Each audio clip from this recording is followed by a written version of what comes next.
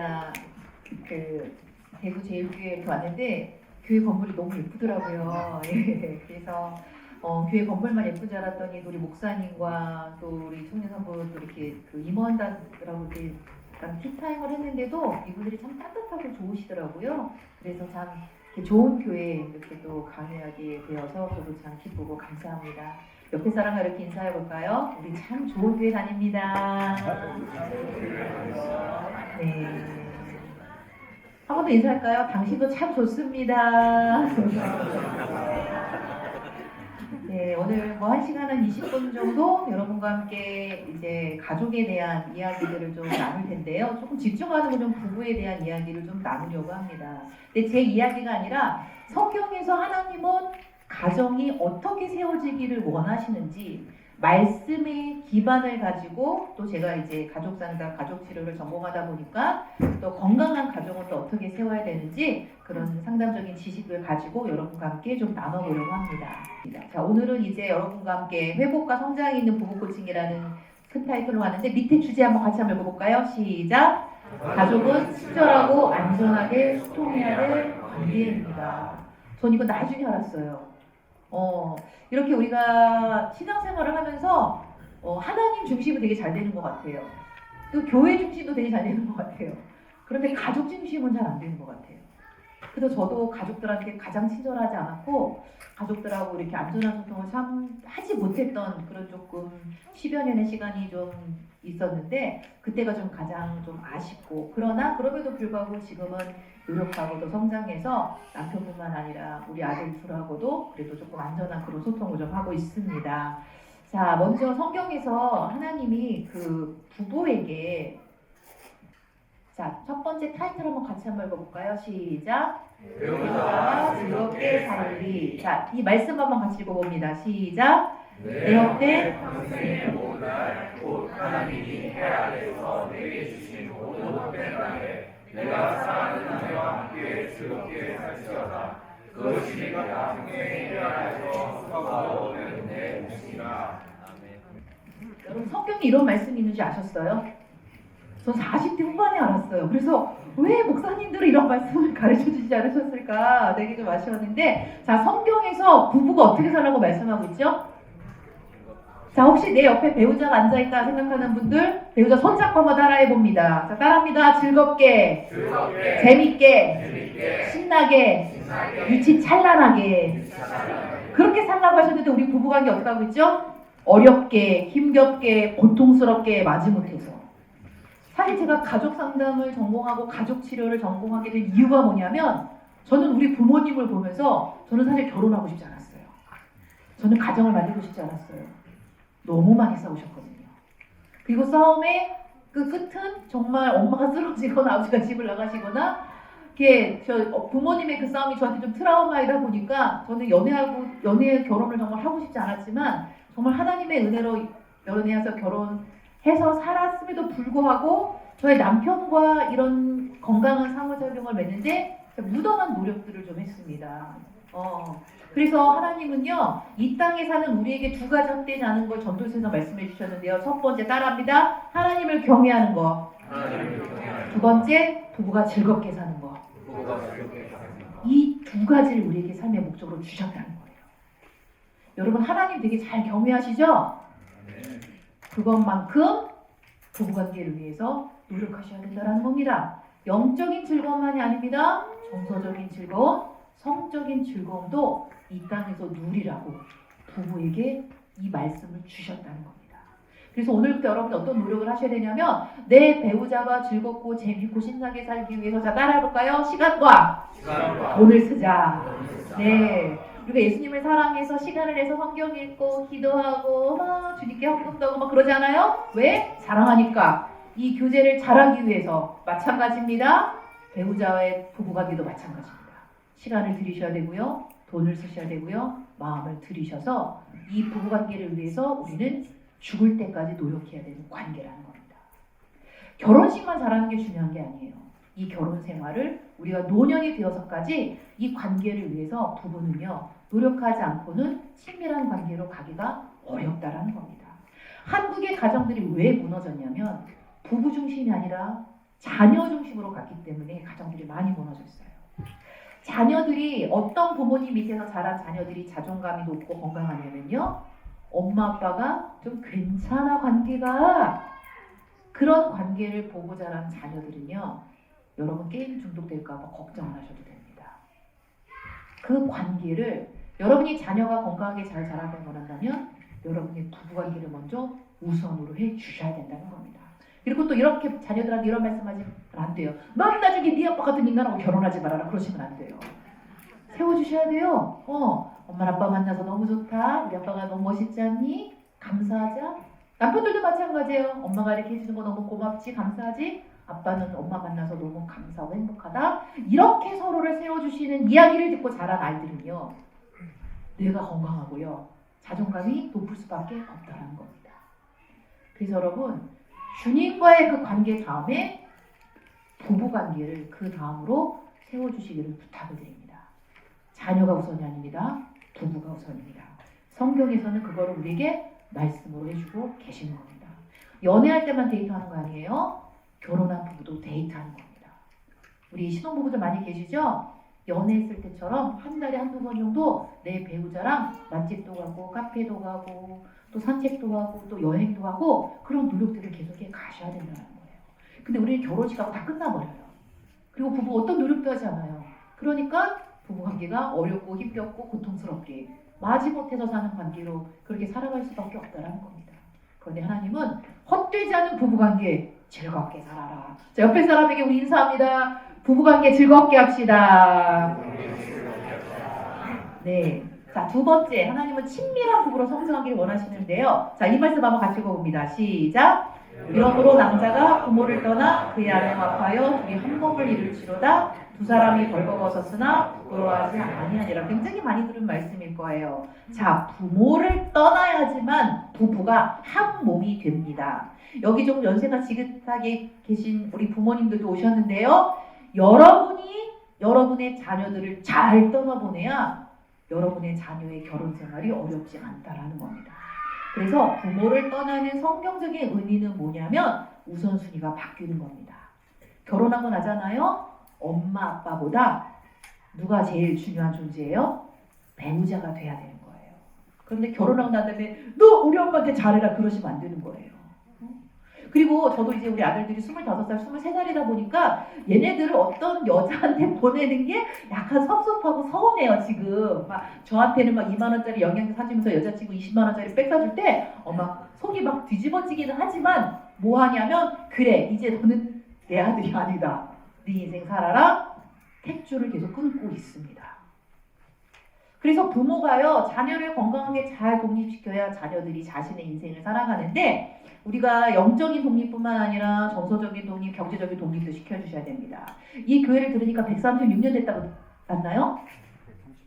134년. 네. 굉장히 오랜 전통과 역사를 가진 교회다 보니까 좋은 것도 있지만 또 어떤 어려움이 있냐면 우리 교회 어머니 아버님 다녀. 그리고 우리 어머니만 시어머님이 아니라 다른 권사님들도 시어머니 같아. 그래갖고 막 애가 막 이러면 야 너 애 집 좀 잘해라 막 그래갖고 막 교회 올 때마다 시어머니가 한 명이 아니라 막 다 시어머니 같고 막 그래서 교회 오는 게 불편할 수 있다는 거예요. 그리고 또 부모님들이 또 이렇게 자녀들 예배 드리는 거 보면서 아이고 이서방 졸고 앉았네. 야 이서방 예배 때 졸고 앉았더라. 좀 잘해봐라. 막 이렇게 막 그런 말 하시고 싶을 때가 있을 거예요. 그럴 때 입 다무셔야 돼요. 자녀들이 어떤 신앙생활을 하건 여러분 자 따라합니다. 신경 끄셔야 돼요. 그리고 혹시 부모님이 그냥 실수로 던질 수 있어요. 야 이서방 입에 좀 잘 드리라고 해라. 그럴 때 여러분이 경계를 잘 그으셔야 됩니다. 건강한 경계. 그럴 때 어떻게 하셔야 되냐면 자 따라해볼까요? 감사한데요. 저희가 알아서 할게요. 이게 경계예요. 한국 가정이 무너진 두 번째 이유 경계가 없습니다. 다 얽혀 있어요. 그러니까 뭐 어머님의 그 기분이 우리의 기분, 어머님 아버님의 싸움 때문에 우리 가정이 또 막 같이 막 어두워지고 막 감정적으로 얽혀 있고 또 막 뭐 어떤 삶에서도 얽혀 있고 경계가 없다 보니까 서로 내 생각도 말하기 어렵고 감정도 말하기 어렵고 욕구도 말하기 굉장히 어려운 이게 전문 용어로 역기능 가정이라고 이야기를 합니다. 기능이 잘 된 가정은요, 건강한 경계선이 있는 가정입니다. 그리고 또 뭐 부모님 이렇게 말씀하실 수 있어요. 야, 예배 끝나고 우리 집 가서 밥 먹자. 그러실 수 있어요. 그럴 때 건강한 사람은요, 아, 저희 시간 있어서 다른 볼 일 있어서 오늘은 안 돼요라고 말할 수 있어야 돼요. 그런데 네 어머니 하고 따라가시면 안 된다는 거예요. 그래서 그런 부분에서 자녀들이 노 할 때 너무 상처받지 마시라는 거예요. 노라는 건 뭐예요? 서로 존중하겠다는 표현이라는 겁니다. 그래서 단순히 뭐 자녀와 부모 관계뿐만 아니라 부부 관계도 마찬가지고 다른 관계도 마찬가지예요. 경계선은 다른 말로 말하면 존중선이라고 이야기를 합니다. 그래서 내가 너를 존중하고 보호할게. 이런 부분에서 내가 뭘 원하고 뭘 원하지 않고 내가 뭘 하고 싶고 하고 싶지 않은지에 대해서 건강하게 말하는 가족이 건강한 가족이라는 겁니다. 이걸 전문 용어로요, 자아문화라고 이야기를 합니다. 옆에 그림을 보시면요, 가족이요, 어느 정도는 연결이 되어 있어요. 융합된 부분, 연결이 되어 있습니다. 정서적으로 연결은 되어 있지만, 자, 그 옆에 부분을 보셔야 돼요. 개별적 부분. 이거는 내 자율성이 보장이 되는 가정이 이렇게 그래, 네 생각대로 해봐. 네가 그런 기분을 느끼는구나. 네가 그런 걸 하고 싶구나. 그래, 한번 해봐라고 존중해주는 가정이 건강한 가정, 자아문화가 잘된 가정이라고 이야기를 합니다. 그런데 이 부분이 다 얽혀 있어, 다 연결되어 있어. 그러면 분화가 잘 안 된 가정. 분화가 잘 안 된 가정은 서로 피하고 회피하고 비난받을까봐 눈치 보면서 어쩔 수 없이 그냥 그렇게 살아가는 가정을 우리가 분화가 낮은 가족이라고 이야기를 하고요. 분화가 잘 된 가족은 어느 정도 연결이 되었지만 경계는 분명합니다. 그래서 어머님 제 생각은 이렇고요. 아버님 제가 원하는 건 이런 거고요. 이런 것들을 건강하게 말할 수 있어야 돼요. 자, 우리 젊은 부부들도 마찬가지예요. 여러분이 자녀를 양육할 때 어떤 아이로 키우셔야 되냐면, 엄마 내 생각은 이래요. 내가 하고 싶은 건 이거고요. 이런 이야기를 할 수 있도록 허용해 주시는 거. 정말 안 되는 건 안 되지만 자기가 원하는 부분에 있어서는 말할 수 있는 가정이 되게 해주셔야 된다는 겁니다. 중독자 가정을 보면요, 3가지 안 되는 게 있어요. Don't speak, 말하지 마. 2번째, don't feel, 느끼지 마. 3번째, don't trust, 아무도 믿지 마. 한국 가정이 되게 많아요. 말하지 마, 느끼지 마, 아무도 믿지 마. 그래서 이런 어떤 역기능적인 것들 때문에 중독으로 가는 케이스가 되게 많이 있다는 겁니다. 그렇게 되지 않기 위해서, 자, 따라합니다. 말하자. 2번째, 느끼자. 3번째, 신뢰하자. 이 3가지가 되는 가정을 우리가 건강한 기능이 되는 가정이라고 이야기를 합니다. 조금 더 가보면요, 분화가 안 된 가정은요, 오래된 역할을 자녀들에게 줍니다. 넌 착한 엄마의 아들이잖아. 넌 아빠의 착한 딸이잖아. 여러분, 자녀한테 착하다라는 말은요, 칭찬이 아니에요. 이건 뭐냐면, 넌 생각하지 마. 넌 느끼지 마. 너 원하는 대로 살지 마. 엄마 아빠가 원하는 대로 살아라고, 어떻게 보면은 자아를 무너뜨리는 그런 칭찬의 언어예요. 특히 그 자녀들한테 너는 착한 딸이니까 엄마가 시키는 대로 해, 이거 하지 마시라는 거예요. 2번째, 삼각관계가 많이 일어납니다. 이건 뭐냐면 부부관계가 안 좋으면요, 자녀를 한 사람 이렇게 선택을 합니다. 저도 그 중에 한 사람이었어요. 엄마 아버지가 많이 싸우셨다고 아까 말씀드렸잖아요. 싸우시고 나면 어머니가 저한테 오셔갖고 네 아버지가 하면서 그 아버지에 대한 그 막 원망과 한을 저한테 다 털어놓으셨어요. 제가 그걸 40년 동안 들었어요. 상담을 공부하면서 제가 어떤 경계선을 긋기 시작하냐면, 엄마 아빠 싸움은 내게 아니야. 그래서 엄마한테 뭐라고 얘기했냐면, 엄마가 전화가 왔을 때 나는 되게 두려워 받기가. 왜냐면 또 아버지 욕을 하고, 엄마 아빠 싸움 얘기를 했을 때 나는, 제가 감정을 이렇게 얘기했습니다. 감정적인 쓰레기통이 된 것 같아요. 저한테 그 얘기하지 않으셨으면 좋겠어요. 경계를 그었어요. 그 다음부터 엄마가 노력을 하시고 두 분이 해결하려고 애쓰시더라고요. 그래서 부부 갈등은 둘이서 해결해야 되지, 그거를 자녀들한테 네 아버지가, 네 엄마가 이런 말씀을 하실 때 여러분 기억하셔야 됩니다. 자녀들이 겪는 감정은요, 고통스럽습니다. 자녀한테 그 고통을 대물림해주지 마시기를 부탁을 드립니다. 자, 따라합니다. 부부 갈등은 둘이 해결한다. 네, 그리고 또 젊은 엄마 아빠들 또 애 앉혀놓고서 네 아빠처럼 살지 마 이런 얘기하지 마시라는 거예요. 이거를 자녀들을 삼각관계에 끼어드는 건강하지 않은 가정의 모습이라는 겁니다. 또 하나 죄책감과 의무감을 줍니다. 야 그래도 가족인데 이 정도는 해야 되지 않겠냐? 이런 어떤 의무감을 주는 거 건강하지 않은 가정이라는 겁니다. 사실 부모가 자녀를 낳아서 양육하는 목적이 사용하기 위해서 나온 거 아니잖아요. 사랑해서 나오셨잖아요. 그러면 자녀들을 통해서 뭔가 해보려고 하는 거 그걸 내려놓으시라는 겁니다. 자녀들이 자신들의 인생을 살아가도록 건강하게 독립을 시키는 게 건강한 가정의 모습이고요. 더 나아가서는 야 성경에 봐. 주 안에서 순종하라 그랬어. 엄마 아빠 말에 순종해. 이게 왜곡된 하나의 신앙적인 신념이 될 수 있다는 거예요. 여러분 그 밑에 말씀 있는 거 모르세요? 부모들아 자녀를 노엽게 하지 마라라는 말씀이 있어요. 자녀들을 괴롭게 하면 안 되는 거예요. 자녀를 화나게 하면 안 되는 거예요. 그래서 이런 건강한 상호작용이 돼야 되는데 뭔가 그 부모들이 자녀들을 독립 못 시키고 생각 못하게 하고 그냥 부모가 원하는 대로 살아가게 하는 이 가정을 우리는 분화가 잘 안 된 가정, 엮이는 가정이라고 이야기를 한다는 겁니다. 특별히 또 그 엄마의 정서가 가정에 많이 흘러가는 가정들이 있어요. 그래서 남편들이 퇴근했을 때 아내의 눈치를 봐요. 아내가 오늘 되게 막 조금 화가 나고 좀 불안해 보이네? 그러면 야 오늘 조심하자 이래갖고 그래서 엄마의 얼굴 표정이 그날의 그 가정에 이게 분화가 안 됐다라는 거예요. 엄마 짜증날 수 있어요? 우울할 수 있어요? 그 엄마의 감정이에요. 그런데 그게 남편의 감정이 되지 않게 자녀들의 감정이 되지 않게끔 여러분 그 감정선을 경계를 그으셔야 된다는 겁니다.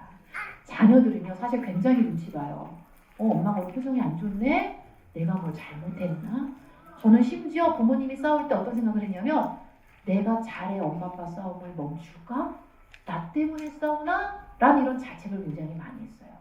그래서 부모님들이요 뭔가 이게 다툼이 있고 조금 기분이 안 좋은 얼굴로 이렇게 퇴근을 할 때 자녀들한테 이렇게 말씀해 주셔야 돼요. 이 싸움은 너 때문에 있는 게 아니야.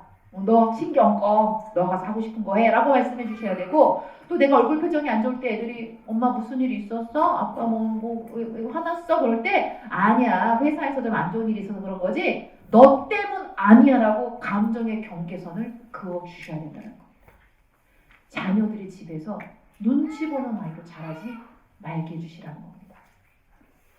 그래서 그런 부분들에서 분화가 잘 되는 가정을 만들어 가시길 부탁을 드리고요. 자, 부부가 하나가 된다는 건 뭐냐면 영적인 친밀감, 정서적인 친밀감, 성적인 친밀감. 또 요새는 뭐 연예인들이 가끔 TV에 나와서 우리 통장을 따로 써야 하다 보니까 통장을 따로 써도 되는가 보다라고 생각해서 그렇게 뭐 경제적으로 이렇게 뭐 분립하신 분들이 계시는데 이거 굉장히 비성경적입니다. 부부는요 돈에 대해서 비밀이 없어야 됩니다. 그리고 배우자 몰래 누구 빌려주는 거, 배우자 몰래 비트코인 투자하는 거 절대 하시면 안 돼요.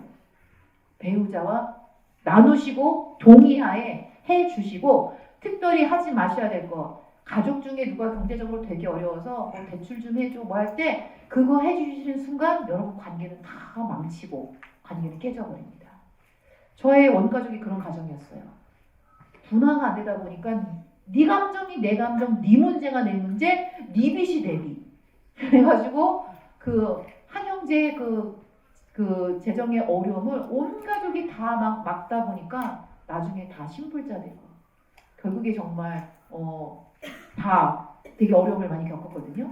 근데 성경에서는 그런 부분에서 분명히 말씀하고 있어요. 빌려주지 말아라. 줄 수 있을 만큼만 주고 우리가 돈 거래하지 않는 거. 이게 그 원가족과의 관계에서 되게 중요한 부분입니다.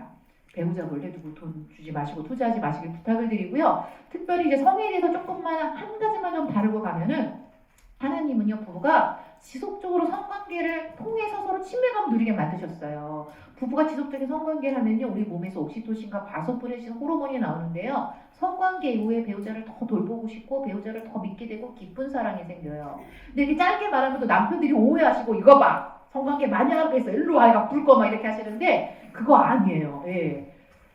부부랄지라도요 배우자의 동의를 구하셔야 되고요. 사실 성관계가 2시간짜리 강의이기 때문에 아주 짧게 지나가는데 중요한 거는 서로가 몸만 이렇게 성행위를 하는 것이 아니라 일상에서 정서적인 친밀감, 영적인 친밀감 이런 것들이 연결되었을 때 성적인 친밀감으로 가는 것이지 성적인 친밀감만 이렇게 강조해서 배우자를 여러분이 좀 힘들게 하시면 안 된다는 겁니다. 그래서 그 전이는요 사실 아침에 눈 뜰 때부터 시작이 되는 거예요. 배우자를 보면서 여보 잘 잤어? 굿모닝 오늘 하루 자기야 힘내자 이런 따뜻한 말부터 시작이 되어야 와 내가 배우자랑 정말 사랑을 나누고 싶다 이런 게 되는데 이런 건 1절 따뜻한 말도 없고 가사도 도와주지 않는데 밤 10시만 되면 일로 와 불 꺼 이렇게 했을 때 그게 건강한 성관계는 아니라는 겁니다. 그래서 영적인 정서적인 성적인 친밀감을 누릴 수 있는 그런 노력들을 계속 하시길 부탁을 드리고요. 성경에서 말하는 돕는 배필은 어떤 의미냐면 사실 히브리어 원어의 의미는요.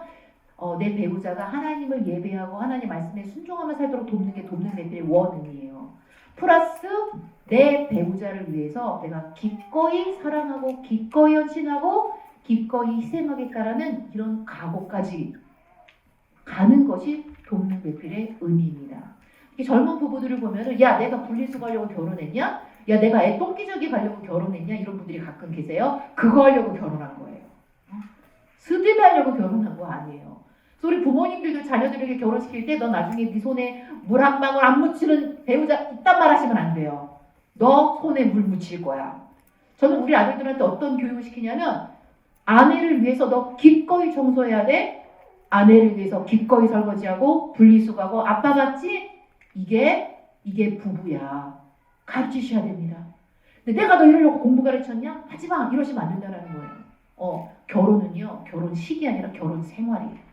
결혼 일상의 생활을 위해서 기꺼이 밥하고 기꺼이 설거지하고 기꺼이 분리수거하고 기꺼이 똥기저귀 하는 이런 생활을 할 수 있는 자녀들로 여러분이 가르치시고 또 그것을 기꺼이 하는 부부로 살아가셔야 되는 겁니다. 한 사람만 일방적으로 하시면 안 됩니다. 함께 하셔야 됩니다. 기꺼이. 그래서 이기적이 되지 않도록 그런 사랑을 하시길 부탁을 드리고요. 자, 그 다음에 우리가 함께 살아가는 이제 배우자뿐만 아니라 자녀들도 그렇죠. 원래 다르게 창조가 되었어요. 그래서 서로의 다름을 우리가 좀 이해하고 제가 세 단어를 좀 키워드를 넣었는데요. 자, 따라해볼까요? 이해하고 수용하며 존중하기. 예. 연애 때는 되게 맞아서 결혼했는데 결혼하고 보니까 너무 안 맞아. 로또야 로또 안 맞아. 막 이런 부분들이 많이 있는데 원래 안 맞아요. 다르게 창조가 되었기 때문에. 그래서 그런 다름에 대한 이해가 필요한데요. 몇 가지 다름 중에 남녀의 다름을 좀 보도록 하겠습니다. 남녀의 필요가 정말 다른데 이거 거의 100%인 것 같아요. 남자들은요. 특히 아내를 통해서 듣고 싶은 말이 뭐냐면 칭찬과 인정이에요. 그런데 연애 때는 자기야 너무 잘한다. 자기야 멋있다. 자기야 고마워 했는데 결혼하고 자기야 이게 뭐야. 왜 이렇게밖에 못해 막 하면서 막 계속 혼나. 남편들이 되게 주눅이 들고 막 자존감도 막 떨어지고 하는데 우리 남편들의 자존감을 여러분이 세워주는 건 뭐냐면 남편을 인정해 주는 겁니다. 특별히 퇴근하고 왔을 때 남편들이 아내한테 가장 듣고 싶은 말이 뭐냐면 여보 수고했어요 이 마음가짐이에요. 그런데 퇴근하고 갔는데 아내가 나오지도 않아. 애들도 안 나와. 강아지만 나가 이러고 있어.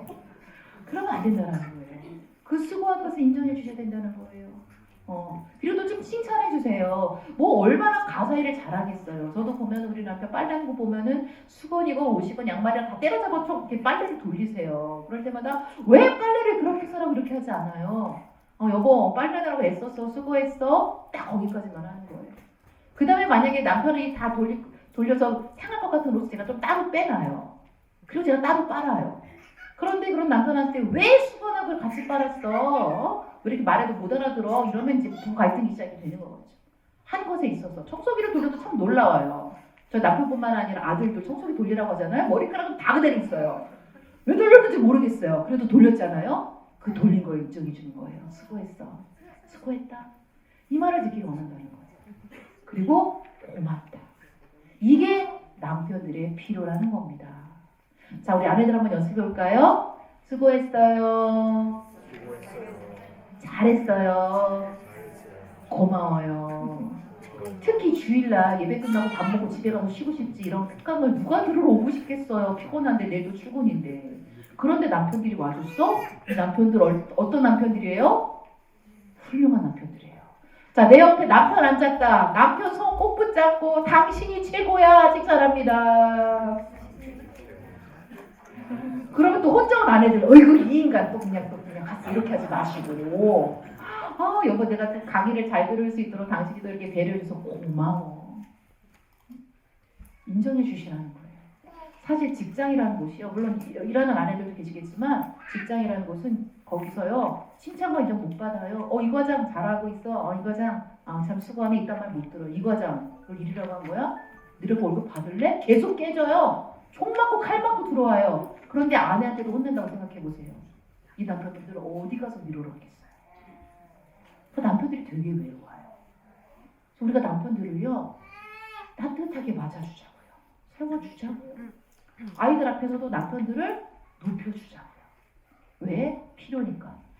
자, 이렇게 남편들의 필요를 채워주시면 우리 남편들은 어떻게 아내들의 필요를 채워주셔야 될까요? 아내들은요 결혼하고 나서도 남편들한테 관심받고 싶어해요. 연애 때는 자기야 뭐 먹었어? 자기야 괜찮아? 물었던 남친이 결혼하고 안 물어요.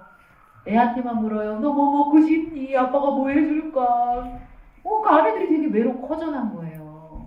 나이가 들어서도 마찬가지예요. 우리 아내들은요 로맨스를 꿈꿔요. 또 남편들에도 부탁을 드릴게요. 아내한테 좀 관심을 가지세요. 다른 여자한테 친절하지 마시고. 제가 우리 아버지랑 같은 교회 다녔을 때 제일 싫은 모습이 다른 권사님들한테 친절한 모습이었어요. 너무 꼴보기 싫었어요. 그거 하지 마시라는 거예요. 내 아내한테 가장 따뜻하게 관심을 가지시라는 거예요. 그래서 관심의 세 문장을 알려드립니다. 자, 남편들 따라합니다. 오늘 하루 어땠어? 두 번째, 당신 기분이 어때? 세 번째, 내가 뭘 도와줄까? 질문으로 좀 관심을 갖고 좀 질문하세요. 그런데 남편들이 이렇게 질문할 때도 아내들이 좀 따뜻하게 말해줘야 되거든요. 오늘 하루 어땠어? 뭘 어땠어? 내가 힘들어 죽는 줄 알았어. 당신 기분이 어때? 뭘 말로 해야 돼? 10년 살다 아직도 몰라 막 이러고 내가 뭘 도와줄까? 가만히 있어. 가만히 있게 도와줄게. 또 가만히 있으면 왜 또 가만히 있어? 너. 그래서 제가 남편들을 보면서 너무 짠해요. 아내들이요. 남편들이 관심을 갖고 질문할 때 정말 친절하게 얘기해 주세요. 오늘 하루 어땠어? 오늘 하루 애들 보느라고 나 너무 힘들었어 자기야. 힘들었구나. 당신 기분이 어때? 너무 무기력하고 좀 짜증나. 내가 뭘 도와줄까? 자기야 오늘 밥 못하겠으니까 자기야 라면 끓여줘. 라면 끓여 먹으면 되는 거예요. 상호작용 패턴을 바꿔야 돼요. 그런데 들어갔는데 아내가 얼굴도 안 좋고 자기 오늘은 멀티싸 막 이걸 주는 거야. 냉랭하게. 그럼 애들이 어때요? 애들도 긴장하고 불안해요. 별것도 아닌 일인데. 그래서 부부가 퇴근하고 처음 만났을 때 긍정적인 상호작용을 하셔야 됩니다. 여보 오늘 하루 애썼어. 수고했어요. 애들 아빠한테 감사합니다. 애쓰셨다 인사드리자. 아내가 이렇게 음식을 준비하면 왜 고기 반찬 없어? 맨날 부들부들해 이렇게 하지 마시고 아유 엄마가 또 우리 회사에 있어서 또 음식 준비했다. 엄마 고마워. 감사합니다. 여보 고마워. 이렇게. 아이들이요 집에 들어오고 싶은 가정을 만들어 주시라는 거예요. 왜 초면 아이들이 밖으로 도는지 아세요? 불안해서 그래요. 남편들도 왜 집에 안 들어오고 야근하는 줄 아세요? 혼나니까. 그래서 잘 갖춰진 하우스가 아니라 들어가면 따뜻한 편안한 홈으로 여러분의 가정들을 만들어 가시길 부탁을 드립니다. 서로의 필요를 채워주시고요. 또 아내들은요 나이가 들어도 남편한테 이런 말 듣고 싶어해요. 당신이 제일 예뻐. 여전히 사랑스러워. 이런 얘기를 해주셔야 돼요. 얘가 배는 왜 안 들어가? 막 이런다든가. 이렇게 아내의 외모에 대해서 절대 비하하시면 안 돼요. 다크서클이 내려왔어. 왜 내려왔겠어요? 애 키우고 이러느라고 내려왔죠. 그럴 때 우리 남편들은 아내 보고 자, 내 옆에 아내가 앉았다. 남편들 얘기하십니다. 당신이 제일 예뻐.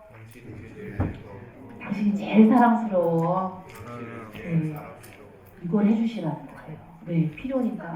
네. 자, 그 다음에 대화의 목적이 다르죠? 남자들의 대화의 목적은요, 진짜 해결이에요. 왜 그런가 봤더니 하나님 그렇게 만드셨어요.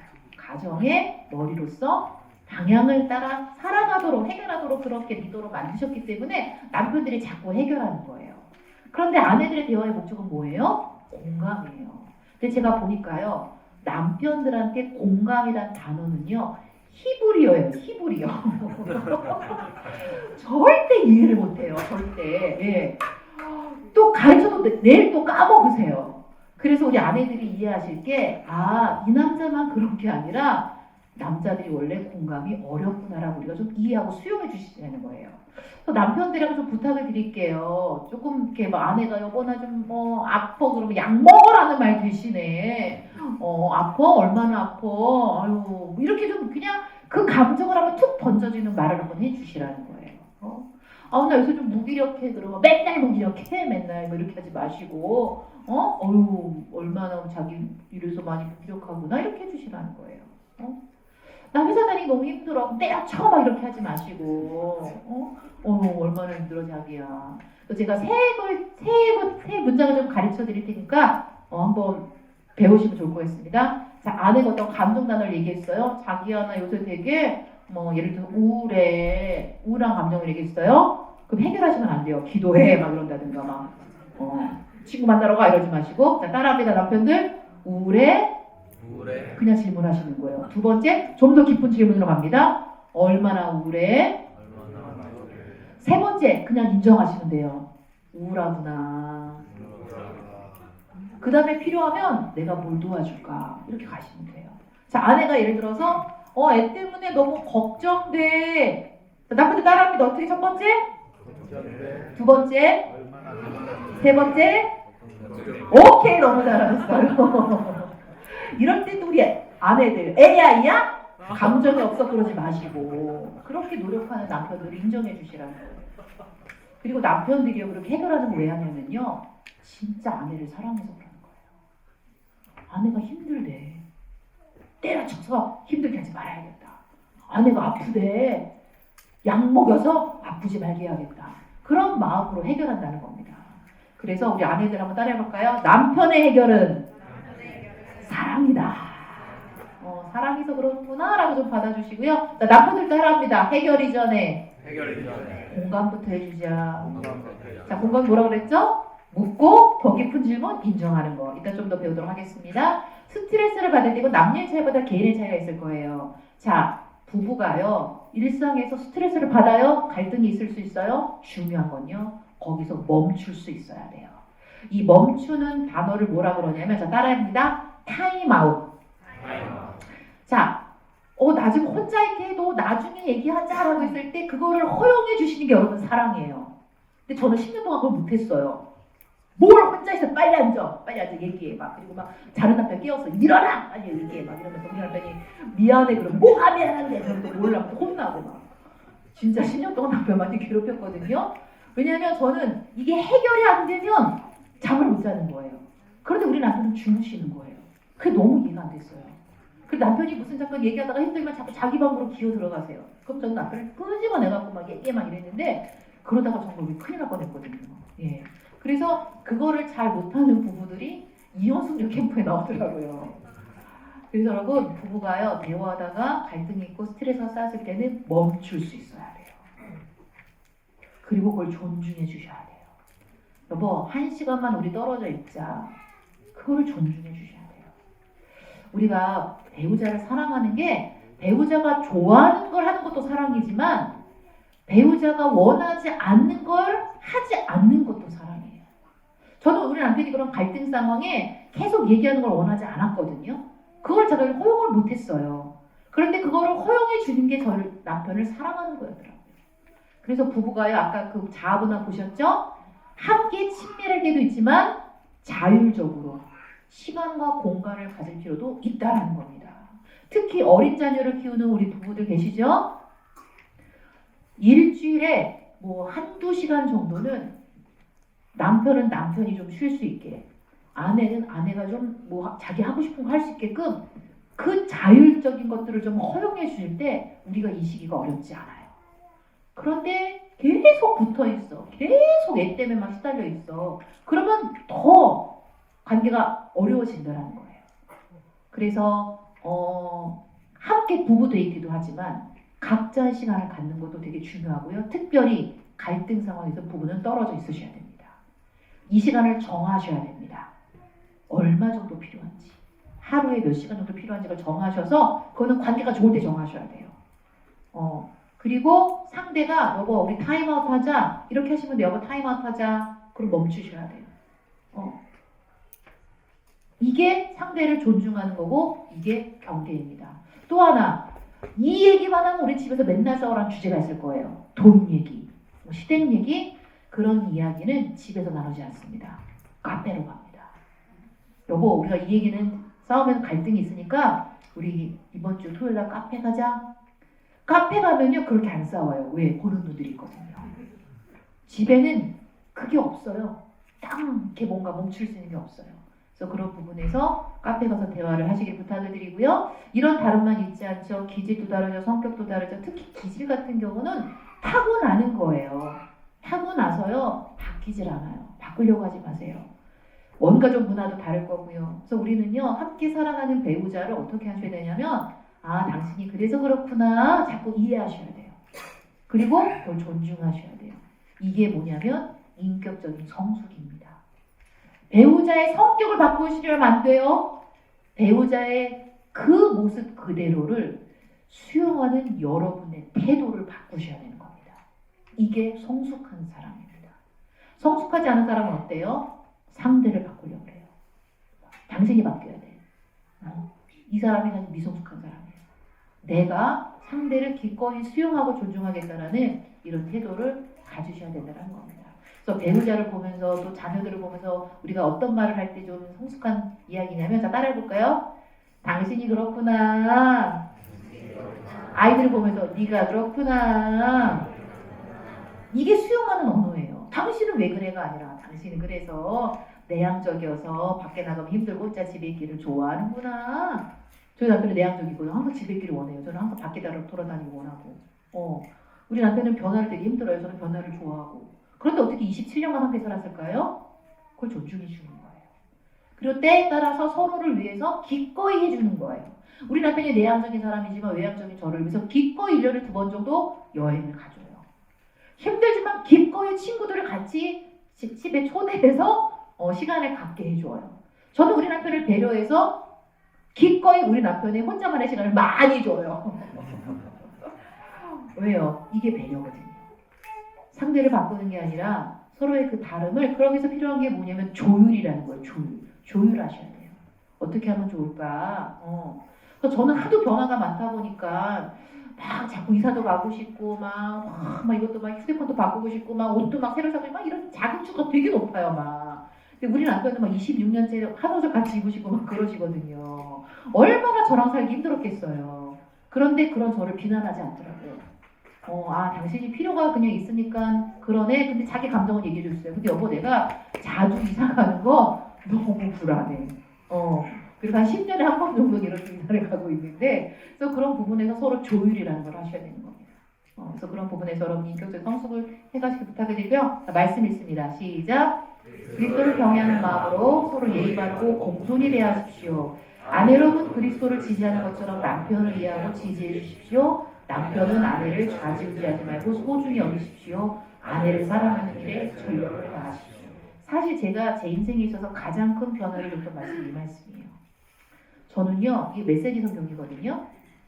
피차 복종하라는 말씀을 유지 피터슨이 어떻게 해석해 줬냐면 그리스도를 경외함으로 부부들이요 당신의 배우자에게 예의 바르고 공손히 대하십시오. 그리스도를 경외함으로 부모들이요 당신의 자녀들에게 예의 바르고 공손히 대하십시오는 말씀이에요. 그런데 제가요 한 10년 전까지 저는 저희 남편하고 아이들한테 공손하지 않았어요. 친절하지 않았어요. 밖에서는요 교회 가면 집사님, 권사님 집에 가면 야 그리고 또 직장 가면 과장님 집에 가면 야 가장 불친절했어요. 근데 저만 그럴까요? 여러분 어떠세요? 교회에서 만나는 사역자나 성도들 만날 때 어떤 얼굴로 인사하세요? 어떻게 대화하세요? 직장에서 여러분의 상사들한테 어떻게 얼굴로 인사하세요? 그 모습으로 가족들을 대하고 계신가요? 아니라면 우린 돌이켜야 됩니다. 가장 친절하고 가장 공손하게 대해야 될 대상이 가족이라는 겁니다. 노력하셔야 되는 부분입니다. 기도하셔야 되는 부분입니다. 그러기 위해서 저는 가족에게 친절하기 위해서 먼저 여러분 자신에게 친절하라고 말을 해드리고 싶어요. 왜냐하면 가족은요, 내가 나를 대하듯이 대하거든요. 그래서 여러분을요, 좀 소중히 여겨주세요. 여러분을 좀 귀하게 대하세요. 함부로 대하지 마시라는 거예요. 자책하지 마시라는 거예요. 그래서 여러분을 소중히 여기고 귀하게 여기듯이 여러분의 배우자와 자녀들을 소중하고 귀하게 여겨주라는 겁니다. 그래서 나돌봄도 되게 중요해요.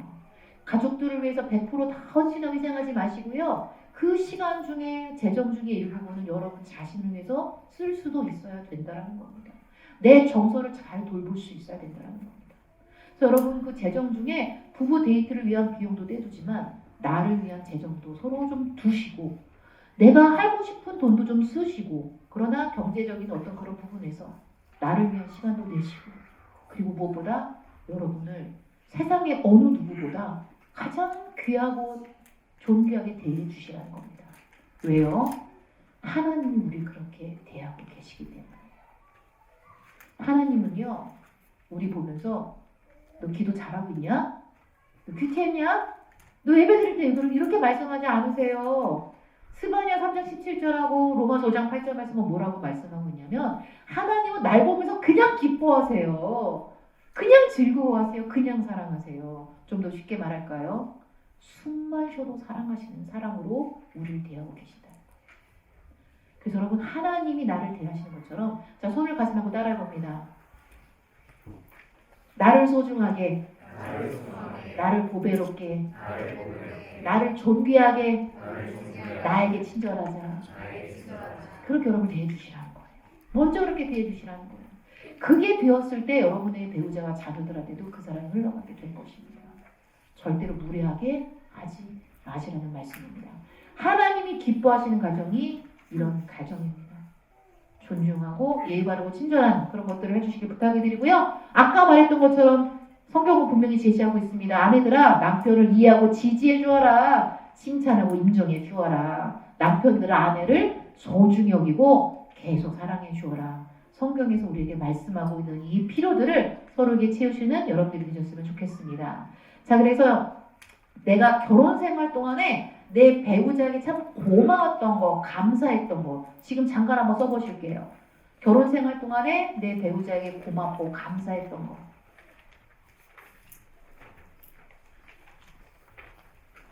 없어요 그러시면 안 돼요. 그리고 또 막 돈 벌어온 거예요. 뭐 애 키워준 거 있던 거 말고요.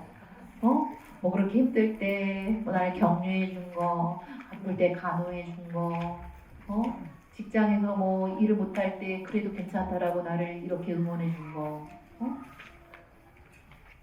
하더라도 여러분이 좀 쓰시고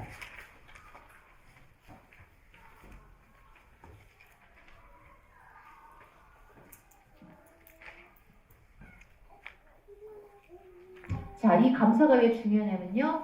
우리가 감사합니다, 고맙습니다라고 나눌 때 우리 뇌에서 세로토닌 호르몬이 나와요. 세로토닌 호르몬이 어떤 호르몬이죠?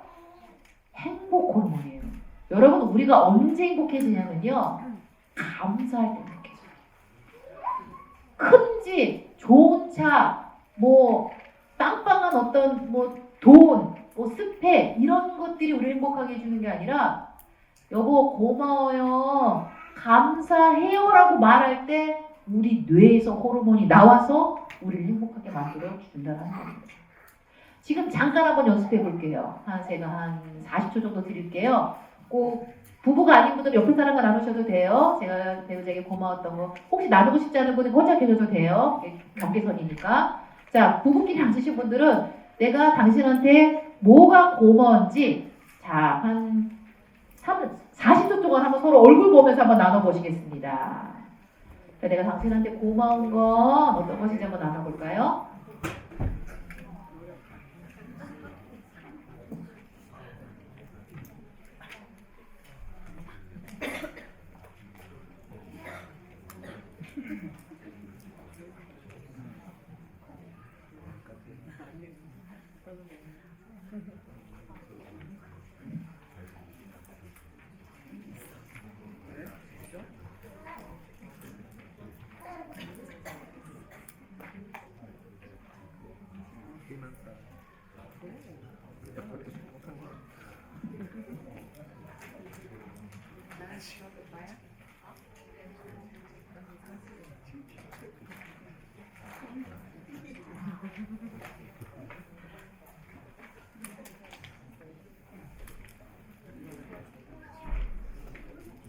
자, 잠깐 나눴는데 여러분 얼굴 표정이 되게 달라진 거 아세요? 활짝 피셨어요. 가정에서 회복해야 될 대화 중에 하나가 감사 대화입니다.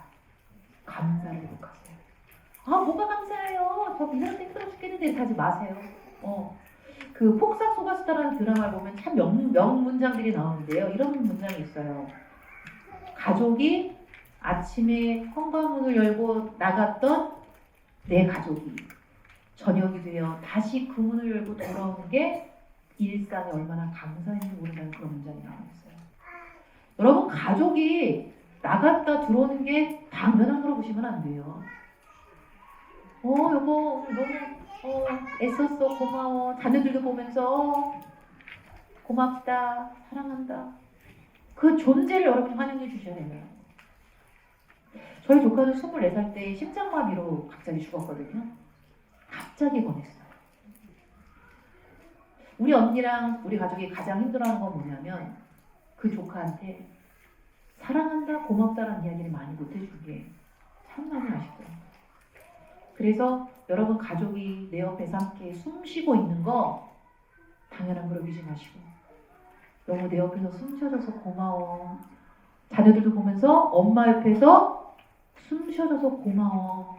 이런 이야기들을, 감사를 나누시는 여러분이 되셨으면 좋겠습니다. 옆에 사람분들께 인사합니다. 함께 해줘서 고마워요. 네.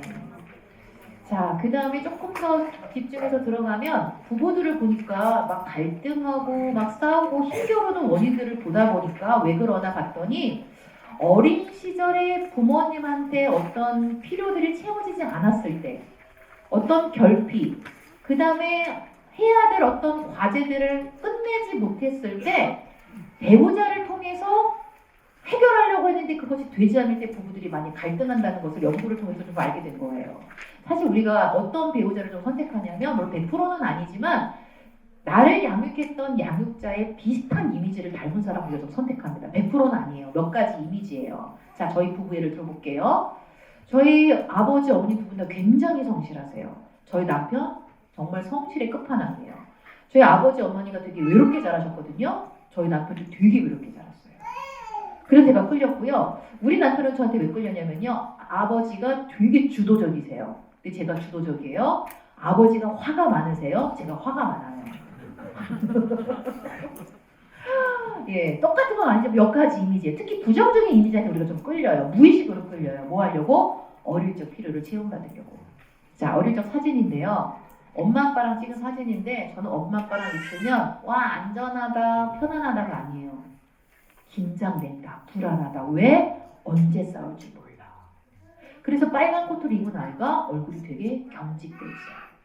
엄마랑 찍은 사진인데 엄마 몸 돌리고 계세요. 물론 부모님이요, 의식주로 사랑을 많이 주셨어요. 그런데요, 저는 정서적 돌봄을 잘 받지 못한 딸인 거예요. 특히 좀 그림을 그려봤는데, 어릴 적 우리 가족은 갈등을 잘 해결하지 못했고, 생생한 어린 시절의 기억은 부모님이 싸움이에요. 그래서 언니 오빠는 엄마 아빠가 싸울 때 집을 나가면, 저는 엄마 아빠 싸울 때 막 말리는 딸이어서 울면서 싸우지 마, 싸우지 마. 막 물리적인 폭력을 쓰지 않으셨지만, 여러분 기억하실 게 부부가요 막 큰 소리로 폭언으로 싸우잖아요. 그것도 자녀들한테 폭력으로 느껴지는 거. 엄마가 죽을까봐 너무 불안하고, 무슨 일 할까봐 너무 불안해서 막 울면서 막 말렸어요. 싸울 수 있어요.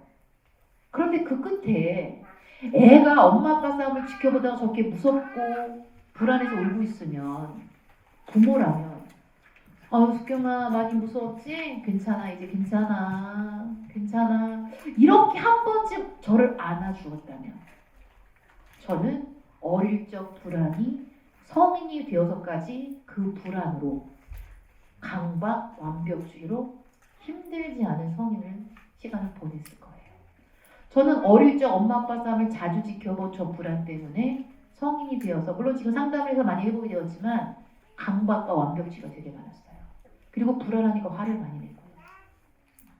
그게 해결이 안 된 채 제가 남편을 만나서 연애하고 결혼을 한 거예요. 연애 때는 별 문제가 없었어요. 그런데 결혼하고 나서 한 10년 동안 우리 남편하고 한 달에 한두 번 정도는 크게 싸우는데 그 패턴을 제가 못 찾은 거예요. 왜 나는 계속 뭔가 때문에 계속 싸우지? 그래서 상담을 공부했고 공부하고 난 다음에 알게 된 게 어릴 적 저 필요가 채워지지 않아서 내가 남편하고 계속 힘겨루고 있었던 거구나. 그래서 카페를 가서 여보 내가 어릴 적 부모님의 싸움을 자주 지켜봤어. 그런데 울고 있는 나는 그냥 방치가 되었어. 엄마가 와서 좀 안아주었으면 내가 좀 그래도 불안하지 않았을 텐데. 그래서 여보 내가 당신하고 싸울 때를 보니까 내가 혼자 방치됐다라고 느끼는 그 불안이 올라오면 내가 당신을 공격하는 것 같아. 그래서 여보 내가 혹시 혼자 있다가 갑자기 화를 내면 힘들겠지만 도망가지 말고 내 옆에 와주고 혹시 가능하다면 날 좀 꼭 안아주면 좋겠어 라고 요청을 했어요. 남편이 그걸 기억하고 있다가 며칠 뒤에 제가 또 발작을 했죠. 막 소리 지르고 막 이랬는데 남편이 평소 같으면 도망가거든요. 그럼 저 남편을 추격하고 그날은 도망가지 않고 제 옆에 뚜벅뚜벅 걸어오더니 저를 꼭 끌어안고 우리 숙경이 불안해 괜찮아 라고 저를 안아주는 거예요. 그런데 제가 그 남편 품 안에서요 한 7살 때 엄마 아빠 싸움을 지켜보다가 불안해서 울고 있는 어린 그 숙경, 이거를 우리가 전문용어로 내면 아이라고 이야기합니다. inner child. 그 아이가 건드려진 거예요. 꺽꺽 대물었어요. 그리고 그 남편 품 안에 있으니까 불안이 낮아지고 마음이 평안이 오더라고요. 너무 고마웠어요. 몇 년 동안 우리 남편이 제가 혼자 있다가 방치된 것 같은 불안이 오면서 막 화를 내면 그때마다 저를 안아주었어요. 이게 저를 치유해주고 저를 성장시켜 준 거예요. 한 번은 물었어요. 여보 내가 그렇게 미친 여자처럼 소리 지르고 화낼 때 안아주는 게 쉽지 않았을 텐데 어떻게 그게 가능했어? 2가지 이유가 있었대요. 첫 번째 37살의 김숙경을 안는 건 너무 힘들었대. 그런데 7살짜리 숙경이가 불안해서 땡깡 부리고 있구나 하니까 그 아이를 안아줄 수 있었다는 거예요. 두 번째, 하나님께 어느 날 기도했대요. 애 울어도 괜찮아요. 나가지 마세요. 저는 이런 거 괜찮아요. 애가 우는 게 당연한 거예요. 한 번 이렇게 기도했대요. 하나님 왜 저한테 이런 여자를 주셨습니까? 그랬더니 하나님이 그런 감동을 주시더래요. 나도 널 죽기까지 사랑하잖아니. 그래서 우리 남편이 저한테 올 때 십자가를 지고 한 걸음 오듯이 그래서 그런 얘기를 하더라고요. 내 힘으로는 갈 수 없었어. 하나님이 그 사랑을 주셔서 당신을 가서 안아줄 수 있었어. 제가 부부들을 코칭하고 상담하면서 꼭 이 대화를 나누게 합니다. 어린 시절 물론 부모님이 사랑으로 잘 키워주셨지만 그럼에도 불구하고 어린 시절에 양육자한테 채용받지 못한 그 한 가지가 무엇인가 나누게 합니다. 어떤 분은 부모님이 너무 바쁘셔서 저랑 놀아주지 않으셨어요. 함께 시간을 보내고 싶었는데 그래서 배우자에게 원하는 게 함께 시간을 보내는 거예요. 부모님이요 칭찬을 안 해주셨어요. 칭찬받고 싶었는데 그래서 제가 배우자에게 원하는 게 칭찬받는 거예요. 어떤 분은 부모님이 너무 통제하셨대요. 자유롭고 싶었는데 그래서 배우자에게 원하는 게 뭘까요? 자유로움이에요. 그래서 여러분이 깊이 생각해 보셔야 돼요. 우리 부부가 늘 싸우는 이유, 해결되지 않은 그 갈등의 이슈에 어린 시절에 해결되지 않은 이 미해결 과제가 있는가? 이 내면의 필요가 채워지지 않을 때 부부는 계속 싸우고 힘겨루고 갈등하게 된다는 겁니다. 이거는 시간 관계상 여러분이 좀 오늘 날 좋은 날 배우자랑 카페에 가셔서 이 주제를 갖고 꼭 한번 나눠보시면 좋을 것 같아요. 어린 시절에. 그리고 그것을 기꺼이 여보 어린 시절에 부모님한테 그렇게 함께 시간을 보내고 싶었는데 당신 그 시간을 못 보냈구나. 여보 내가 당신하고 그 시간 보내줄게. 무려 그 사랑을 한번 줘보세요. 그런데 이렇게 착각하시면 안 돼요. 아싸 이것도 무기 삼아갖고 7살짜리 숙경이가 배고프대 빨리 밥 내라. 7살짜리 숙경이가 너랑 놀고 싶대. 이건 아니라는 거예요. 배우자가 내 어린 시절의 그 필요를 기꺼이 채워주는 것이지 여러분 무기 삼으시면 안 돼요. 그리고 배우자가 이 내면의 필요를 채워줄 수 있는 건 3분의 1입니다. 40%밖에 안 됩니다. 그 정도면 충분합니다. 나머지는요, 여러분 스스로가 여러분의 어린 시절에 그 필요를 채워주셔야 돼요. 엄마한테 칭찬받고 싶었어? 그럼 여러분이 오늘 하루 나한테 칭찬해 주시는 거예요. 애썼다, 잘했다. 어릴 때 못 해본 거 지금의 내가 나를 위해서 해주라는 거예요. 지금의 내가 어린 시절에 좋은 양육자가 돼주라는 거예요. 자, 나머지는요, 하나님이 하실 영역이 있어요. 한 부부가 왔는데요. 남편이 자꾸 아내를 의심해요. 어디 갔어? 빨리 와! 막 그러니까 아내가 못 살겠어요. 그래서 이혼하려고 왔어요. 그래서 그 남편한테 어린 시절 이야기를 한번 해보려고 했는데 6살 때 엄마가 자기를 버리고 나가셨대요. 진짜 버림을 받은 거예요. 그래서 아내도 자기를 버릴까봐 계속 그 상처 가운데 살아가는 거예요. 어린 시절 6살에 갇혀서 살아가는 거예요. 그래서 제가 남편한테 시편 27편 10절 말씀에 내 부모는 너를 버렸으나 나 여호와는 너를 영접하리로다. 어머님은 남편을 버렸을지 모르지만 하나님은 남편분을 버리신 적이 없습니다. 히브리서 13장 5절에 나는 결코 너를 떠나지 않고 결코 너를 버리지 않는다고 약속하셨습니다. 이 하나님이 남편분과 함께 하십니다. 그랬더니 울더라고요. 그러네요. 그 하나님이 계셨네요. 때로는요, 우리가 어린 시절에 해결하기 어려운 그런 상처들도 있어요. 그거는 우리 주님께 가져가시면 됩니다. 하나님은요, 상처보다 더 크시고요, 치유 못할 상처가 없으십니다.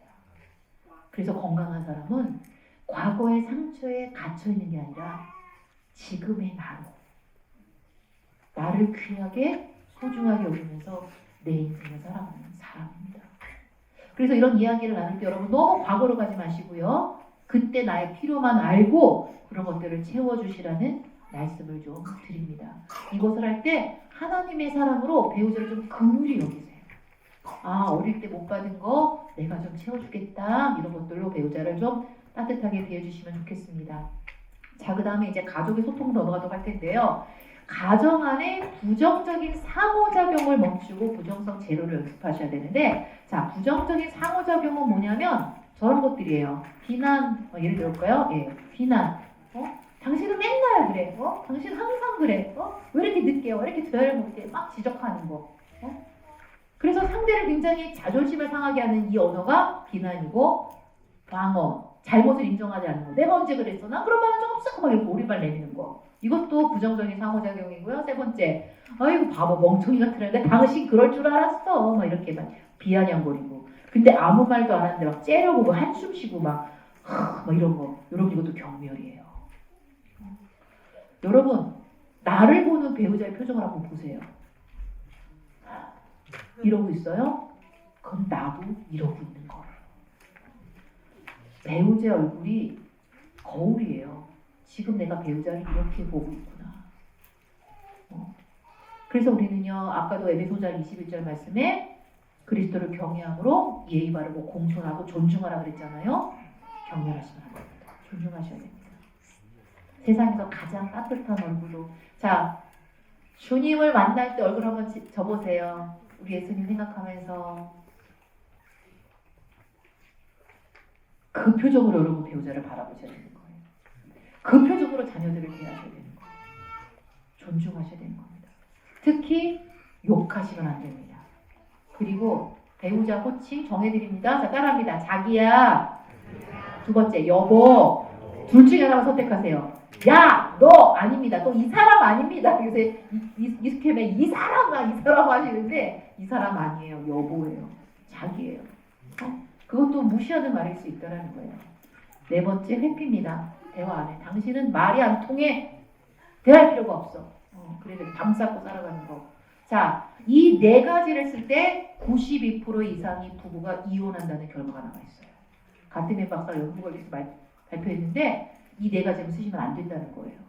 그리고 이렇게 막 부정적으로 가고 싶을 때 뭘 연습하셔야 되냐면, 내가 지금 부정적으로 가고 있네. 스톱을 연습하셔야 돼요. 내가 지금 배우자랑서 부정적인 생각을 하고 있네. 배우자의 행동을 내가 지적하려고 막 하고 싶네. 그럴 때 여러분이 자 따라해볼까요? 스톱! 외치셔야 돼요. 아유, 이 인간 또 늦게 들어와, 진짜. 아유, 막 생각이 막 부정적으로 갈 때, 제일 좋은 건, 시집, 스탑. 생각 멈춰. 이렇게 하시는 거예요. 그리고 부부끼리 제가 하나 사인을 알려드릴게요. 서로 대화를 할 때, 당신이 그러니까 애들이 그렇지 뭐, 부정적인 말을 배우자가 딱 나한테 했어. 그럴 때, 막 싸우지 마시고, 자, 따라합니다. 스탑. 옆에 사람 연습해 봅니다. 옆에 사람 하트 보고 옆에 사람 보시고 스탑 이렇게 하시는 거예요. 이거는 타임아웃이에요. 이게 스탑이에요. 스탑. 놀라운 게요. 제가 한 공동체에서 4주간 연습했거든요. 변화가 있더라고요. 하지 마. 그럼 이것도 부정적인 상호 패턴이에요. 그런데 하트를 보이면서 스탑하니까 이 하트에 넘어가는 거예요. 멈추시는 거예요. 멈추셔야 돼요. 그래서 우리가 부부뿐만 아니라 부모 자녀 관계도 그렇고 다른 것을 바꾸는 게 아니라 자 따라합니다. 상호작용 패턴을 바꿔라. 부정적인 상호작용이 아니라 긍정적인 상호작용 패턴을 바꿀 때 가정의 분위기가 달라진다는 겁니다. 그래서 이거 부정적인 건 스톱하셔야 되고요. 그럼 긍정적인 상호작용은 뭐냐? 일단은 우리가 가족끼리 누군가 하는 말을 잘 경청하셔야 돼요. 경청. 끝까지 듣는 연습을 하셔야 돼요. 나중에 이제 부부 코칭을 하게 되면 정말 현장에서 이렇게 부부끼리 마주보고 대화하는 연습을 하거든요. 한 5분씩 대화를 하게 해요. 처음에 5분 너무 길어요. 그랬다가 나중에 보면요. 너무 깊이 잘 대화를 하시는 거예요. 우리가요 잘 안 들어요. 대충 들어요. 그리고 들을 때 눈을 보고 들으셔야 됩니다. 이 시대가요. 기계랑 친해요. 사람하고 안 친해요. 애들도 부모님이랑 눈 마주치고 대화하는 애들 거의 없어요. 잘 듣기 위해서는 눈을 보고 들으시고요. 끝까지 들으시고요. 눈을 스킵하고요. 자, 잘 공감해 주셔야 되는데 하나님이 이렇게 많은 감정을 우리에게 주셨어요. 그리고 예수님도요. 하나님도요. 감정을 표현하셨어요. 겟세마네 동산에 기도하러 올라갔을 때 예수님이 제자들한테 뭐라고 얘기했냐면 내가 심히 고민되어라는 단어를 쓰셨어요. 괴롭다는 표현을 하셨어요. 나사로의 죽음을 보고 우셨어요. 주님도 감정을 표현하셨어요. 그래서 우리도 감정을 느끼고 표현할 수 있어야 된다는 겁니다. 건강한 소통에는 감정이 주고받아줘야 돼요. 좋다 나쁘다만 있는 게 아니에요. 이런 수많은 감정들을 주셨어요. 근데 크리스천들이 특히 부정적인 감정을 많이 억압하세요. 이거 방어 기제거든요. 불안할 때 불안하지 마. 그래서 걸리는 병이 불안장애예요. 불안을 느끼지 않으려고 하니까. 원래 인간은 불안해요. 그래서 불안할 때 어떻게 하셔야 되냐면 다 따라할까요? 내가 불안해. 감정을 표현하셔야 돼요. 왜? 이게 에너지니까 표현할 때 나간다는 거예요. 한 번 더 연습해볼까요? 내가 우울해. 내가 걱정돼. 감정을 표현하셔야 된다는 거예요. 그래서 아까 그 중독자 가정, 엮이는 가정에 don't feel, 느끼지 마가 있다고 그랬잖아요. 건강한 가정 어떻게 될까요? 느껴도 돼. 감정을 표현해도 돼. 이게 돼야 된다는 겁니다. 그래서 여러분 강의 안에 제가 감정 나눠 드렸잖아요. 집에 가셔서 일주일에 한 번씩은 그래도 가족끼리 감정 나눠 보시고 최근에 어떤 감정을 느꼈어? 이런 거 좀 나눠 보셔야 된다는 거. 자, 한번 지금 한번 찾아보세요. 최근에 내가 많이 느낀 감정 단어 하나.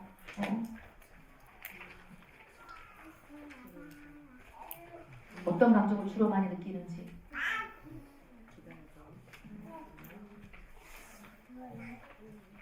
그리고 건강한 교회는요. 아이가 저렇게 표현하고 우는 것을 허용해주는 교회예요. 애를 데리고 나가야지. 이건 아니에요.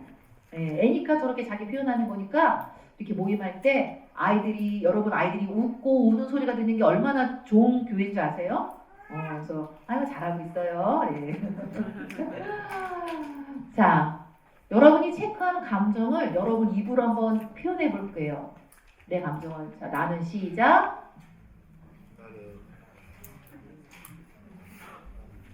자, 옆에 사람 보면서 최근에 나는 이런 감정이었어. 감정 한번 표현해 보십니다.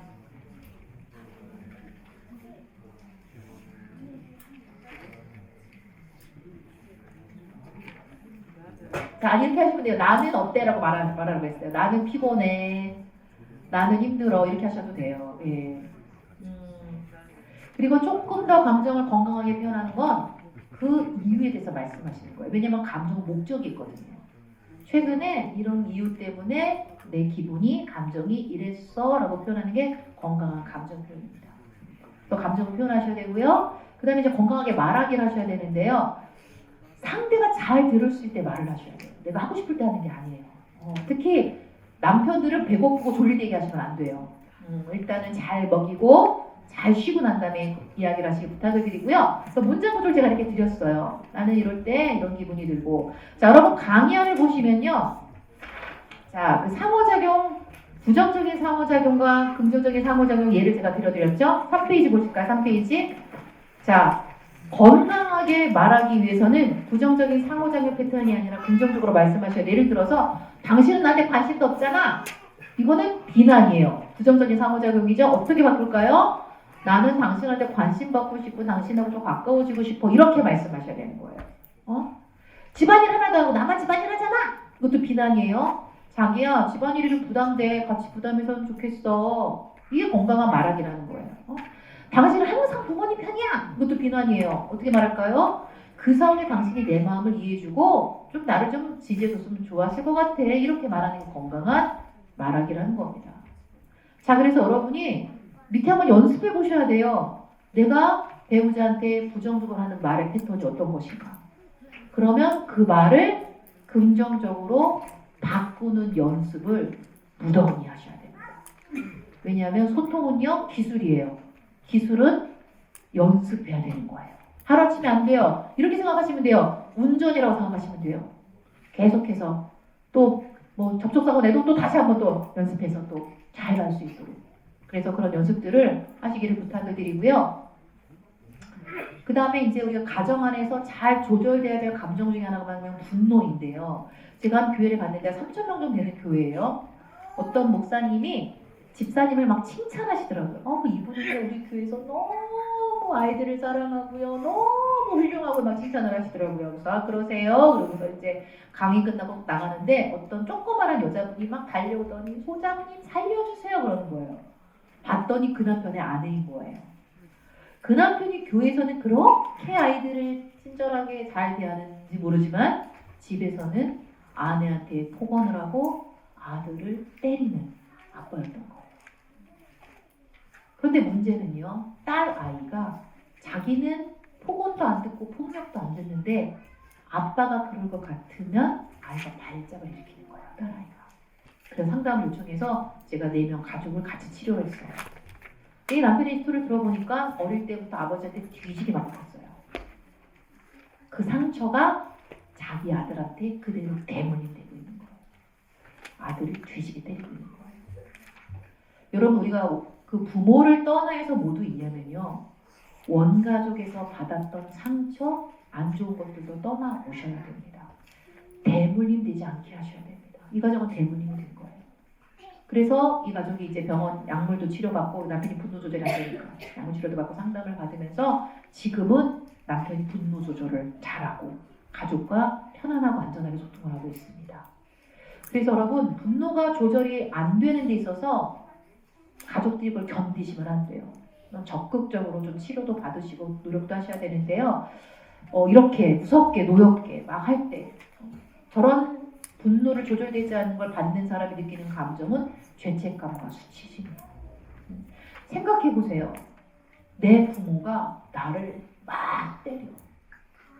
그 맞는 자녀가 느끼는 감정이 어떤 감정일까요? 와, 난 이게 맞아도 싼 존재구나.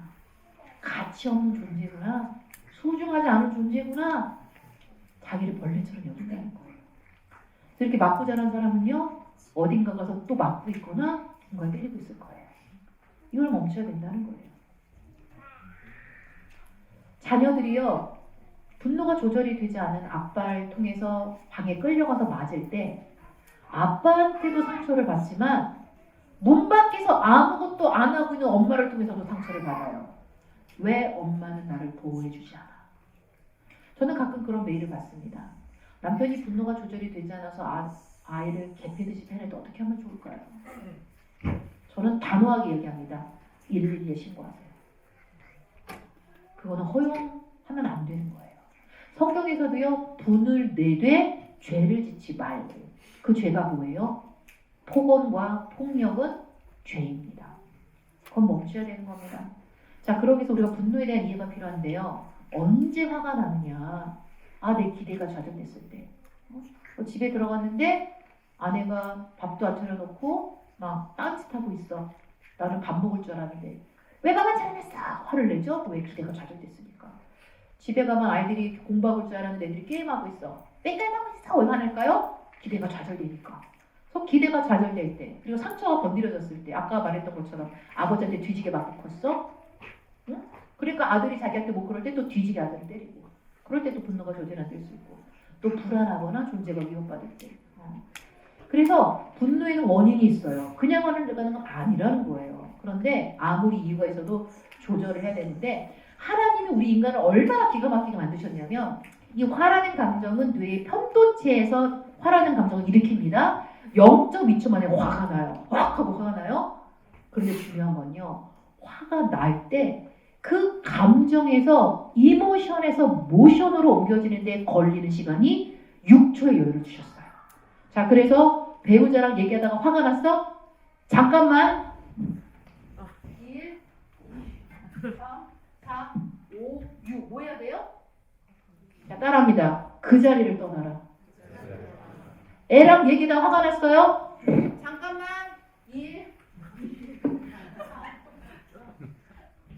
그 자리를 떠나야 돼요.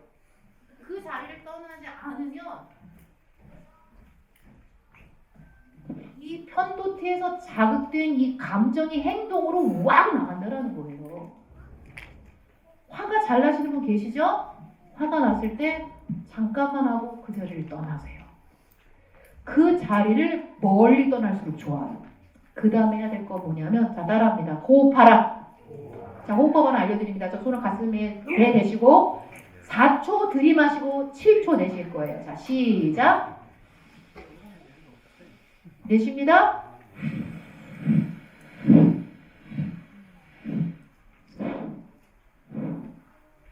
이 호흡을 평소에 많이 연습해 주세요. 그래서 화가 났을 때 어디론가 가셔서 이 호흡을 깊이 하세요. 이게 뇌과학으로 증명된 방법입니다. 자, 그래도 화가 안 가라앉아요. 저처럼 화가 많으신 분들 30분 이상을 나가서 걷고 오세요. 그러면 편도체에서 전전두엽으로 전환이 돼요. 생각하고 판단하고 분별할 수 있게 된다는 겁니다. 제가 오늘 앉아서 강의하는 이유가 족저근막염에 걸렸거든요. 화가 너무 많아서 많이 걷다 보니까 많이 걸으셔야 돼요. 가라앉히셔야 돼요. 그 다음에 생각해야 됩니다. 왜 화가 났지? 그리고 정리가 되면, 자, 따라합니다. 화는 말로 낸다. 여보, 내 말이 단칼에 거절당할 때 내가 화가 나. 내 말 끝까지 들어주면 좋겠어. 이 정도의 톤으로 말하셔야 돼요. 막 소리를 지르고 막 액션을 취하면서 이거는 죄예요. 자, 옆에 사람 보고 한번 연습해 볼까요? 내가 화가 나. 내가 화가 났어. 딱 이 정도 톤은 괜찮아요. 내가 화가 나 이건 아니죠. 아까 미친 것 같죠. 그러지는 마시고요. 내가 그냥 화가 나. 아이들한테도 마찬가지예요. 네가 마트에서 장난감 사달라고 계속 뗐을 때 엄마는 화가 나. 이렇게 말씀하셔야 돼요. 너 두고 갈 거야! 막 이러든가 막. 그거 유기불안인데요. 두고 가시면 안 돼요. 엄마는 이럴 때 화가 나. 아, 이럴 때 엄마는 화가 나는구나라는 거 아이들이 배우게 하셔야 돼요. 그런데 우리 그렇게 가르치지 않아요. 소리 지르고. 그래서 화가 난다는 거를 표현을 건강하게 못 배웠어요.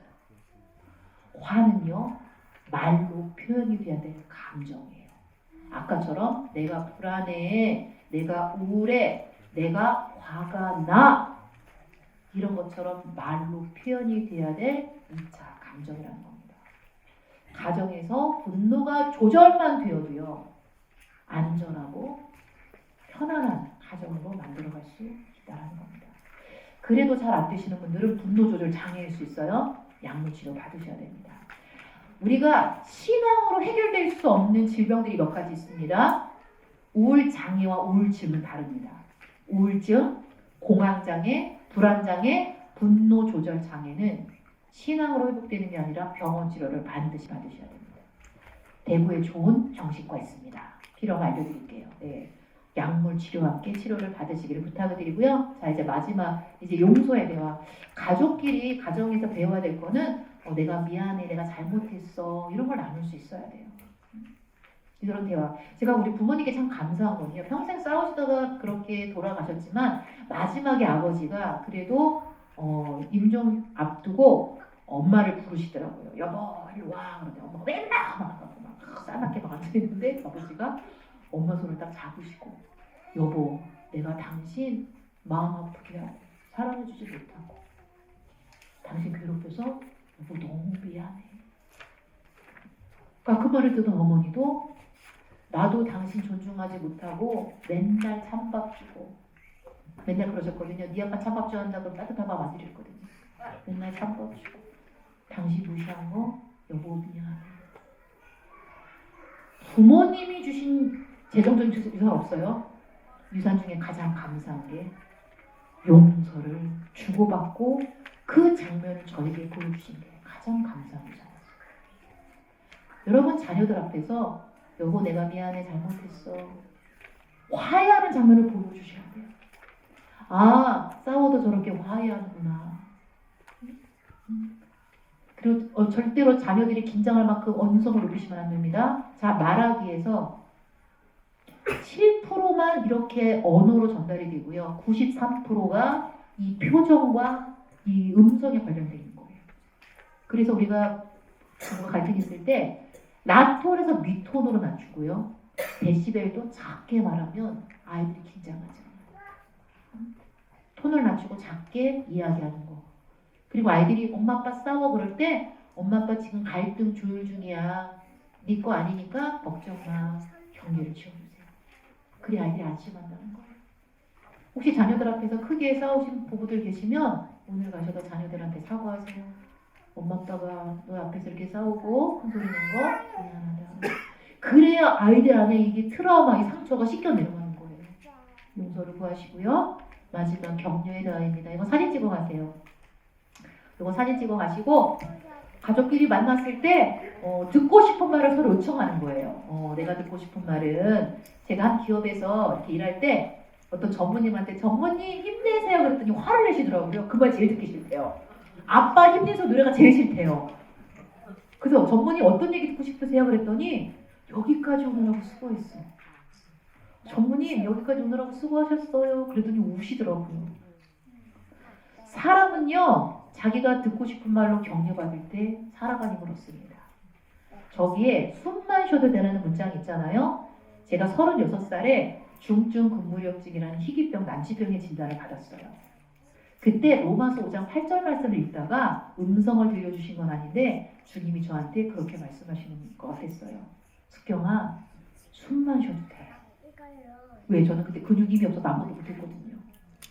주님이 저를 더 안 사랑하시고 버리실 거라는 두려움이 있었거든요. 근데 로마서 5장 8절 말씀에 우리가 아직 죄인 되었을 때 그리스도께서 우리를 위하여 죽으심으로 하나님께서 우리에게 대한 자기 사랑을 확증하셨느니라. 나는 너가 죄인일 때 사랑했어. 그래서 네가 지금 아무것도 못해도 나는 너를 사랑해. 숨만 쉬어도 돼. 저 말이 저를 살게 했어요.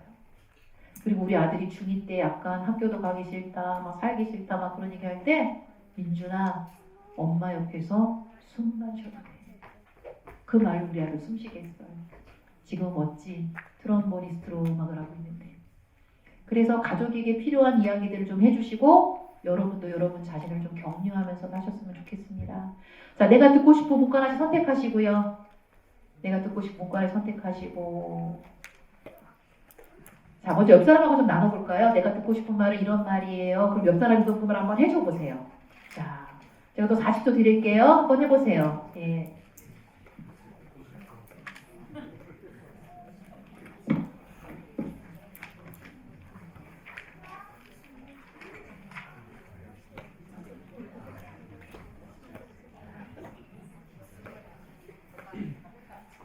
자, 입을 열고 좀 하세요. 입을 열고.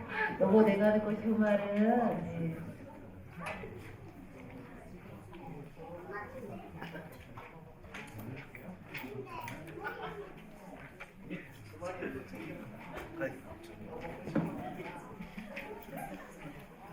자, 성별통에서 들으시니까 어때요? 격려가 되시죠? 자, 그럼 이번엔 내가 나한테 해볼게요. 누구야? 이름 부르고 시작. 우리 남편 보고 이렇게 할게요. 예. 여러분 자신을 사랑하는 거 여러분을 격려하시는 겁니다. 자, 우리 한번 이렇게 한번 서로 격려해 볼까요? 자, 손을 가슴에 얹고 여기까지 오느라고 수고했어. 이 정도면 충분해. 숨만 쉬어도 돼. 사실 우리가 부부로 살아가고 부모로 살아가는 게 사실 되게 고된 삶이에요. 그런데 이 삶에 포기하지 않고 그래도 여기까지 오신 여러분들 이 정도면 충분한 부부들이시고 부모들이라고 또 말씀을 좀 드리고 싶습니다. 혹시 오늘 다 나누지 못한 내용들은 이 결혼한 부부들이 갈등을 다루는 책을 제가 돌아면서 냈는데 책을 좀 사서 읽으시고 또 뒤에 보면 질문들이 있어요. 그래서 부부끼리도 나누시고 또 이렇게 뭐 구역에서도 나누시면서 제가 부부들한테 부부 관계를 위해서 뭘 쓰라 그랬죠? 자, 따라합니다. 시간과 돈을 쓰자. 네. 책 사서 읽으세요. 그리고 시간을 해서 부부끼리 나누세요. 그래서 여러분의 친밀한 관계를 계속 누리며 가시는 여러분 되시면 좋겠습니다. 자, 이제 기도하고 마칠 텐데 옆에 배우자가 앉아 계시면 배우자 손 잡고 제가 마무리 기도하겠습니다. 손 잡으세요. 네. 사랑하는 하나님 아버지, 오늘 이 강의가 우리 부부들에게 가정의 방향이 되었으면 좋겠습니다. 그리스도를 경외하는 마음으로 예의 바르고 공손이라는 말씀으로 우리 가정을 세워가게 해주십시오. 부부가 즐겁게 살라고 하신 그 말씀, 이제는 배우자를 위해서 시간과 마음과 돈도 쓰며 친밀한 관계로 만들어가는 우리 부부들이 되도록 인도하여 주시옵소서. 서로 회복되고 치유하고 성장해가는 부부로 또 그런 부모로 이 삶을 지속적으로 살아가도록 성령님 힘주시고 지혜주시고 무엇보다 하나님이 함께 하시는 우리가 믿고 그 주님 안에서 이 가족을 포기하지 않고 기도하며 세워가는 한 분 한 분이 되도록 인도해 주시기를 원합니다. 감사하며 예수님의 이름으로 기도합니다. 아멘. 네, 감사합니다.